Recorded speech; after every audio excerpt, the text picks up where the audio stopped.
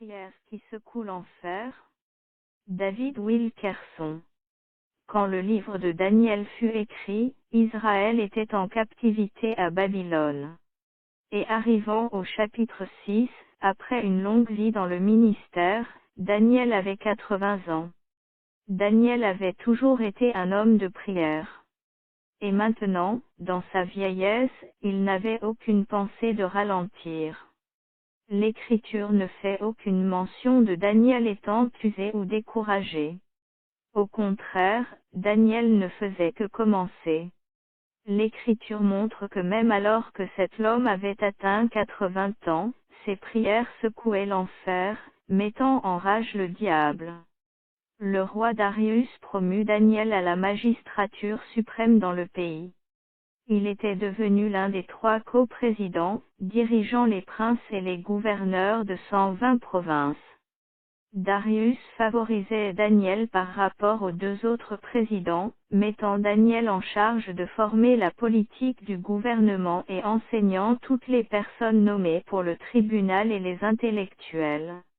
Daniel 6, 3. De toute évidence, Daniel fut un prophète occupé.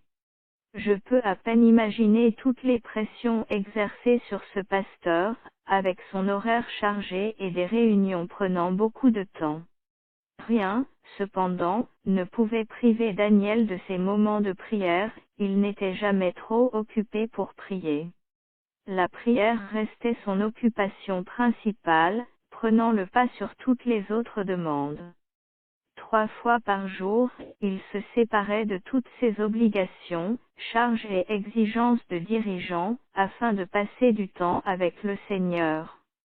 Il se retirait de toutes les activités et priait. Et Dieu lui répondit. Daniel reçut tout, sagesse, direction, message et prophétie, pendant qu'il était à genoux. Voir Daniel 6h10. Vous vous demandez, quelle est la prière qui secoue l'enfer? Elle provient du serviteur fidèle, assidu, qui voit sa nation et son Église tombant de plus en plus profondément dans le péché. Cette personne tombe à genoux, criant, « Seigneur, je ne veux pas être complice de ce qui se passe. Permets-moi d'être un exemple de ta puissance qui subsiste au centre de cette époque perverse. » Cela n'a pas d'importance si personne d'autre ne prie. Je vais prier. Trop occupé pour prier. Est-ce que vous dites, je veux le prendre par la foi?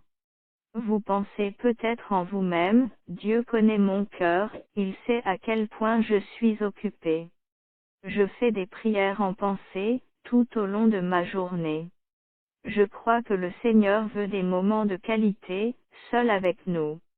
La prière devient alors un acte d'amour et de dévotion, et non pas seulement un moment de demande.